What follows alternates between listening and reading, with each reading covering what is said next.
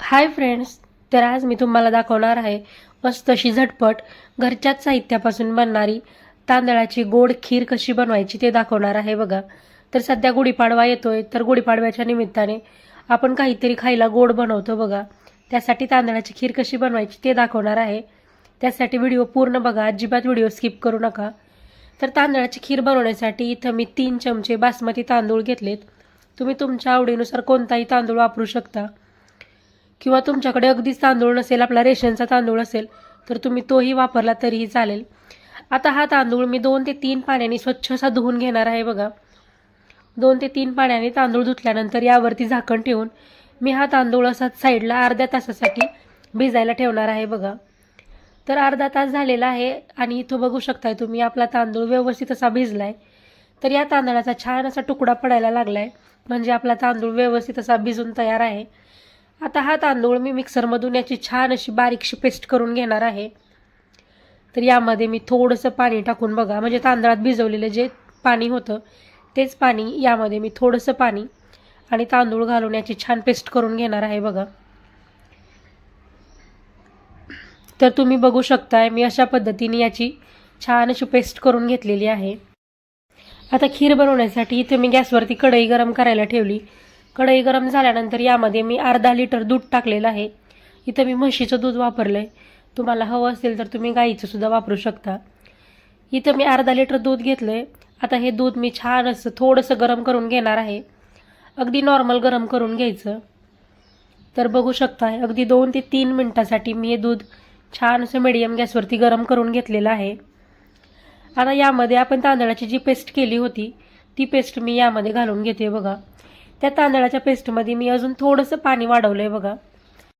आता ही तांदळाची पेस्ट यामध्ये टाकून मी याला छान असं व्यवस्थित मिक्स करून घेणार आहे. अगदी व्यवस्थित मिक्स करून घ्यायचं, त्यामुळं काय होतं यामध्ये बघा ही तांदळाची पेस्ट दुधामध्ये व्यवस्थित अशी मिक्स होते. आता याला आपण असंच 5 ते 10 मिनटासाठी मीडियम गॅसवरती छान असं उकळू द्यायचं आहे बघा. तर तुम्ही बघू शकताय दुधाला आपल्या छान अशी उकळी यायला लागली आहे. आपल्याला हे दूध व्यवस्थित असं शिजवून घ्यायचं आहे, म्हणजे उकळवून घ्यायचं आहे बघा.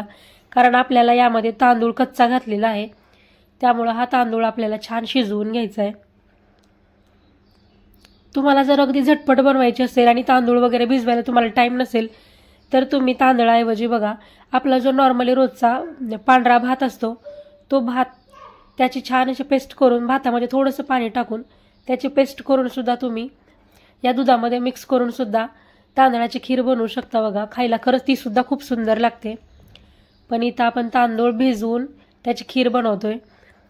तर बघू शकताय तुम्ही आपलं दूध छान असं आटायला लागलंय, म्हणजे आपली खीर छान अशी घट्टसर व्हायला लागली आहे बघा. अगदी 10 मिनटामध्ये खीर छान घट्टसर होत आली आहे. आता यामध्ये मी अर्धी वाटी साखर घालून घेते. तुम्ही साखरेचं प्रमाण तुमच्या आवडीनुसार कमी जास्त करा. तुम्हाला जर जास्त गोड आवडत असेल तर तुम्ही थोडीशी साखर जास्त वापरली तरीही चालेल. आता साखर यामध्ये मिक्स करून घेते बघा मी व्यवस्थित अशी. त्यानंतर त्यासोबतच यामध्ये मी थोडीशी वेलायची आणि थोडी जायफळ त्याची पावडर बनवून घेतली होती बघा, ती मी यामध्ये घालून घेते आहे. आपल्याला याला व्यवस्थित असं मिक्स करून घ्यायचं आहे. विलायची आणि जायफळची पावडर घालून सुद्धा बघा याला छान एक उकळी येऊ द्यायची. त्यानंतर यामध्ये मी थोडेसे काजू, बदाम, पिस्ता आणि मनुके सुद्धा घातलेत बघा. याला व्यवस्थित असं मिक्स करून घेणार आहे.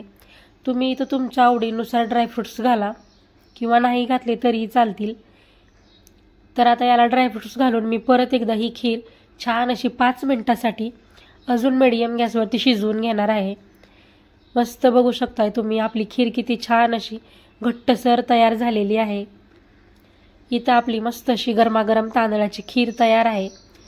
तुमच्याकडे जर केशर वगैरे असेल तर तुम्ही ते सुद्धा यामध्ये घालू शकता. आणि त्यासोबतच जर तुमच्याकडे ओला नारळ असेल तर तुम्ही यामध्ये ओल्या नारळाचा खीससुद्धा घालू शकता. माझ्याकडे सध्या नारळ नाही, त्यामुळे मी यामध्ये नारळाचा खीस घातलेला नाही बघा. इथं आपली मस्त गरमागरम अगदी 5 मिनटात तांदळाची खीर तयार झालेली आहे. तर तुम्ही बघू शकताय मी एका बाउलमध्ये काढून दाखवते. किती घट्टसर मस्त अशी तयार झाली आहे बघा खीर, आणि गरमागरम आहे. ही तांदळाची खीर तुम्ही गरमागरम पुरीसोबत खाऊ शकता किंवा चपातीसोबत, किंवा अशीच जरी खाल्ली ना तरीसुद्धा खायला खरंच खूप सुंदर लागते बघा.